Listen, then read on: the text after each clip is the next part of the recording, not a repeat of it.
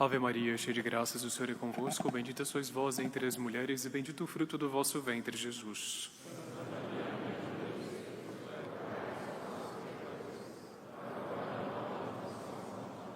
Queiram sentar-se um instante, por favor?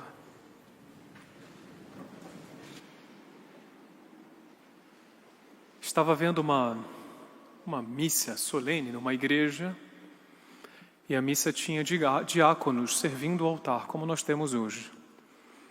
Infelizmente, às vezes, acontecem atrapalhações também no altar. E aconteceu que o diácono, na hora de preparar o altar, foi à credência, esse móvel que fica aqui atrás, para buscar o cálice, levá-lo, e aí, subindo as escadas, os pequenos degraus, ele acabou tropeçando. E o cálice que estava nas mãos do diácono caiu no chão e se espatifou. A copa se dividiu no meio e era um cálice precioso, tinha pedras preciosas que haviam se espalhado ali. Até esmalte tinha o cálice, esmaltes preciosos, e também tudo se partiu. O diácono esqueceu de uma hora para outra que ele estava na frente de uma grande multidão e como uma criança começou a chorar. Mas chorar mesmo. Pegou todos os cacos do cálice, juntou tudinho e colocou sobre o altar. A assembleia toda reunida assistindo, ele chorava assim, de forma até exaltada. Quando ele terminou de colocar os cacos sobre o altar, diante de todo mundo, diante dos olhos dele, um milagre se deu. O cálice se montou inteirinho de novo. E ficou tão bonito, tão novo, tão esplendoroso como era antes. Um verdadeiro milagre que aconteceu na história da igreja com um santo que depois tornou-se bispo e na época era diácono, Santo Eusébio de Vercelli. Esse milagre, esse fato está muito relacionado com o tempo que nós estamos vivendo, o tempo da Quaresma. Porque todos e cada um de nós carrega constantemente um cálice. Nesse cálice, na alma de um batizado, é a alma de um batizado, onde deve habitar o Espírito Santo. Só que às vezes, transportando esse cálice, que é a nossa alma, para aqui, para lá e para acolá, ele se parte, ele se quebra. Estamos aqui nos referindo aos nossos pecados e torna-se um cálice indigno da presença de Deus. E a igreja estabelece anualmente um período litúrgico chamado Quaresma, no qual nós juntamos os cacos da nossa alma e colocamos no altar de Deus, para que a nossa alma seja reconstituída e recupere a sua beleza, o seu esplendor e, sobretudo, se torne digna para a presença de Deus. E todos os anos a Quaresma se presta para isso e realiza isso através da liturgia. Ela nos dá elementos através da liturgia para a gente reconstituir o cálice da nossa alma. E nesse primeiro domingo ela nos apresenta um elemento muito importante. Como lutar contra as tentações. Até as tentações destroem a nossa alma muitas vezes. Se nós damos margem, sobretudo, se nós caímos, sobretudo. E por isso nós temos uma liturgia que nos ensina como lutar contra as tentações. E ela nos apresenta o exemplo de Nosso Senhor. Antes de considerarmos o exemplo de Nosso Senhor, convém darmos uma olhada na primeira leitura. A primeira leitura ela nos fala, é um trecho do livro do Deuteronômio, ou seja, do Antigo Testamento, e nos fala a respeito dos rituais judaicos que eram realizados no Antigo Testamento pelos judeus, inspirados num grande acontecimento, num grande milagre que havia acontecido com o povo judaico. A passagem pelo Mar Vermelho, a passagem para a Terra Prometida, o abandonar o Egito e os pecados que ali eram cometidos, especialmente os pecados de idolatria, e seguir rumo à Terra Prometida, a plena realização dos desígnios de Deus em relação ao povo eleito. Esse fato histórico inspirava os rituais judaicos. E um judeu era considerado fiel na medida que ele dava adesão a esse fato, ele acreditava nesse fato, que era uma prefigura do que viria posteriormente. Preparava o povo judeu para o que viria posteriormente. Um judeu era fiel ao judaísmo na medida em que ele acreditava nisso e colocava em prática tudo que isso inspirava à religião judaica. Prefigura da Igreja Católica. E por isso que nós temos em São Paulo, na segunda leitura, São Paulo também apresentando os fundamentos da religião católica. A primeira leitura, os fundamentos da religião judaica. A segunda leitura, os fundamentos da religião católica. Qual que é o principal fundamento da nossa religião, da religião fundada por nosso Senhor Jesus Cristo? É o que nós vamos celebrar no fim da Quaresma. Outra passagem. Que passagem é essa? A passagem da morte para a vida. Nosso Senhor Jesus Cristo que passa 3 dias no sepulcro e ressuscita. Sendo que ele ressuscita por quê? A ressurreição dele é um parâmetro para nós. Porque todos nós também somos chamados a vencer a morte e passar da morte para a vida. Estamos falando a respeito da vida eterna. Diante das perspectivas que se apresentam na primeira e segunda leitura, nós podemos nos perguntar, então a fidelidade de um católico está em acreditar na ressurreição?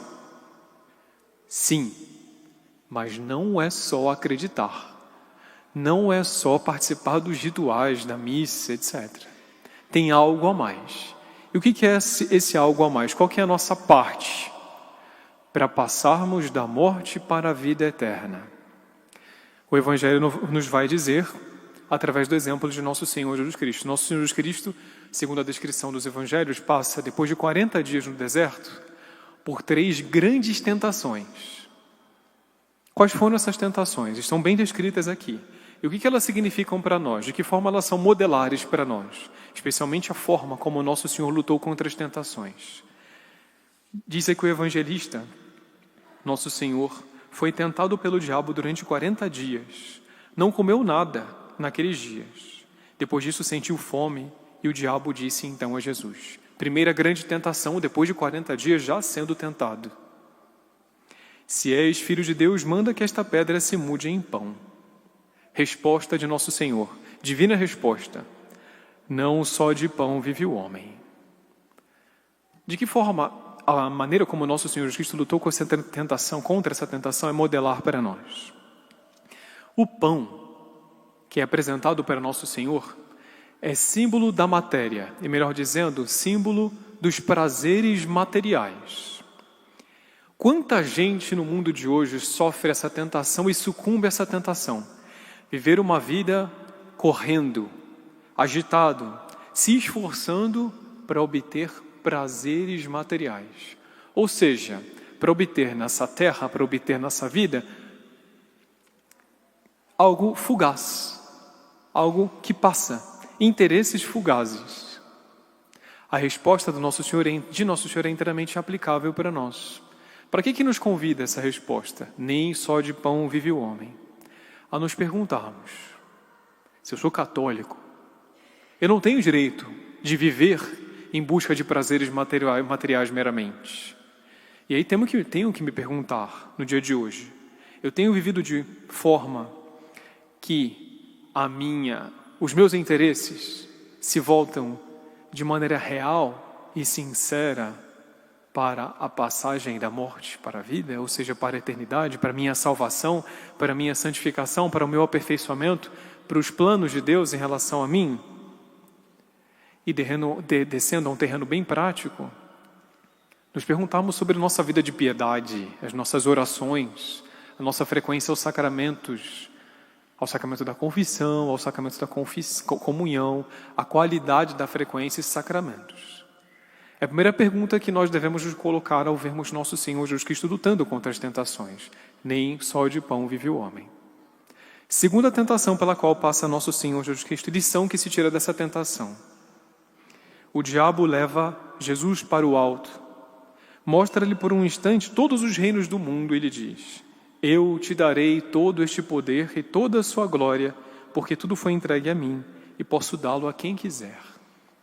Só com essa forma, com a maneira com a qual o diabo apresenta a tentação, já dá para tirar uma lição muito importante. O diabo ele tem essa arte de transformar as coisas, às vezes coisas corriqueiras, coisas comuns, coisas pecaminosas em coisas maravilhosas. Uma maneira que o diabo se utiliza para nos tentar é através da ilusão. Olha só. que é o pecado. Olha só que maravilha. Cada um tem a sua forma de ser tentado, mas é sempre num invólucro. E quando a pessoa cai, que frustração. Não é bem aquilo que se espera, e pelo contrário, não é só menos, mas às vezes é abjeto, é nojento, e pior do que qualquer coisa, nos afasta de Deus. E aí, a gente olha para a resposta de nosso Senhor e entende como tem que lutar contra essas tentações ilusórias. Diz nosso Senhor: adorarás o Senhor teu Deus e só a Ele servirás. Quando o demônio pinta a tentação com um quadro supostamente maravilhoso, é o momento de fazer como nosso Senhor fez no Evangelho, firmar na nossa vida a autoridade que Ele tem sobre nós. Não posso cair, porque eu sou submisso a Deus, só a Ele eu sirvo. É o que nosso Jesus Cristo faz, é o que nós devemos fazer também. E aí, uma pergunta para nos fazermos nesse início de Quaresma.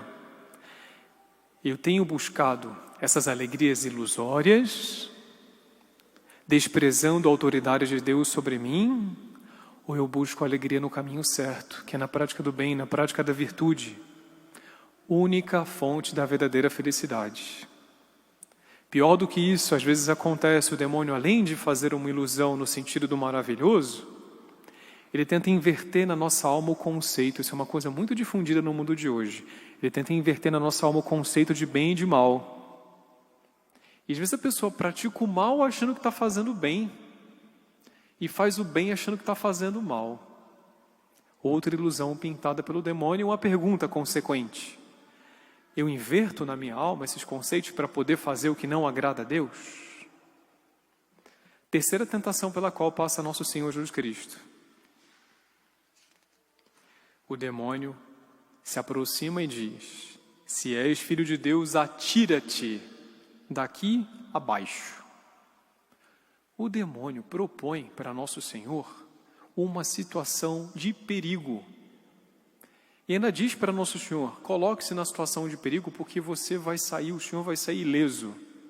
E ele até continua: Deus ordenará aos seus anjos a teu respeito, que te guardem com cuidado. Que lição se tira dessa tentação?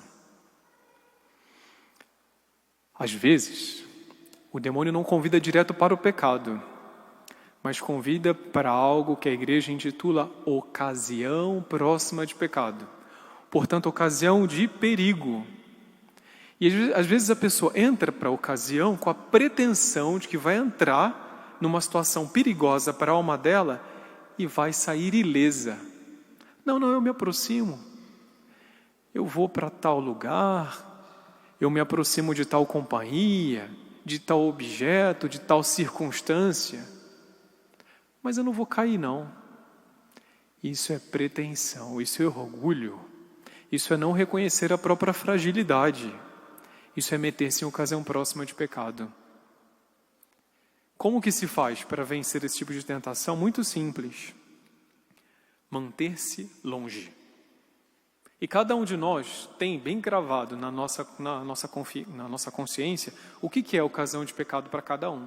Como foi dito, às vezes é uma pessoa, portanto uma má companhia, às vezes é um lugar, às vezes é um objeto, uma circunstância que a gente se mete e sabe: se eu me aproximo eu caio, se eu amo a Deus, eu simplesmente não me aproximo. O fundador dos Arautos, Monsenhor, ele uma vez explicou, porque é um problema que se coloca na nossa cabeça. Mas por que Deus permite então a tentação? Por que Deus permite a tentação? E ele explicava para nós muitas vezes com uma metáfora.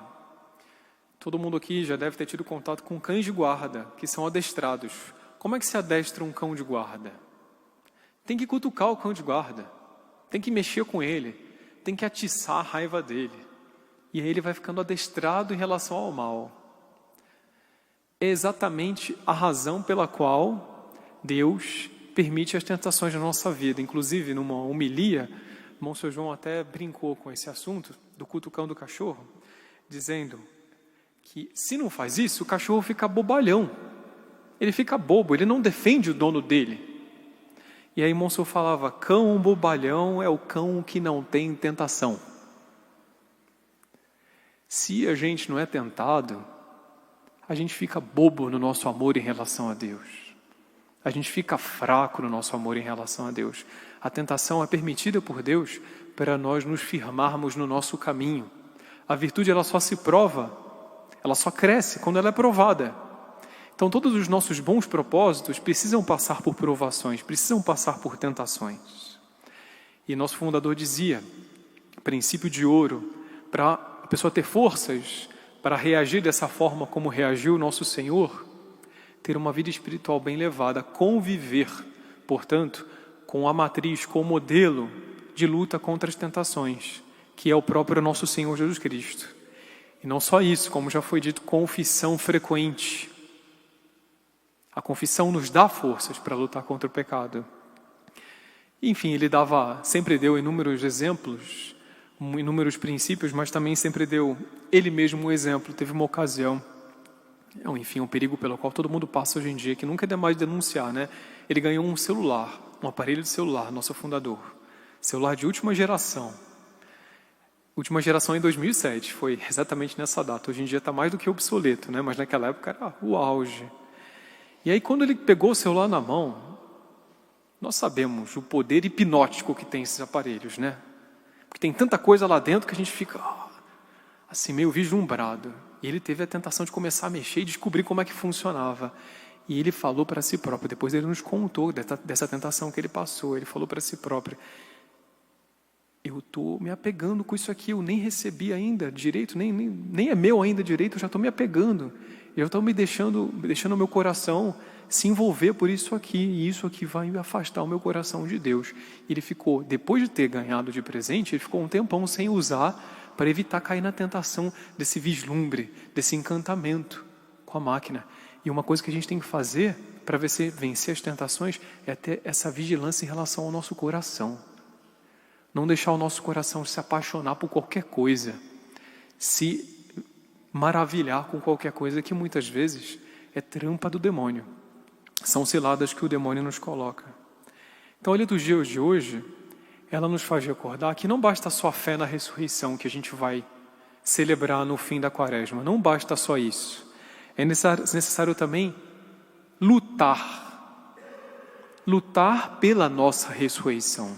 Portanto, lutar contra as tentações que poderão impedir a nossa vida eterna, a nossa salvação eterna. Então, trata-se hoje de fazer como esse Santo Eusébio de Vercelli, que foi mencionado no início da homilia. Colocar no altar de Deus as nossas misérias, os nossos pecados, mas, sobretudo, pedir nesse altar forças para lutar contra as tentações. E, seguindo o exemplo de nosso Senhor, ter uma vida impostada para o sobrenatural, colocando de lado um pouco as coisas muito materiais, os prazeres fugazes.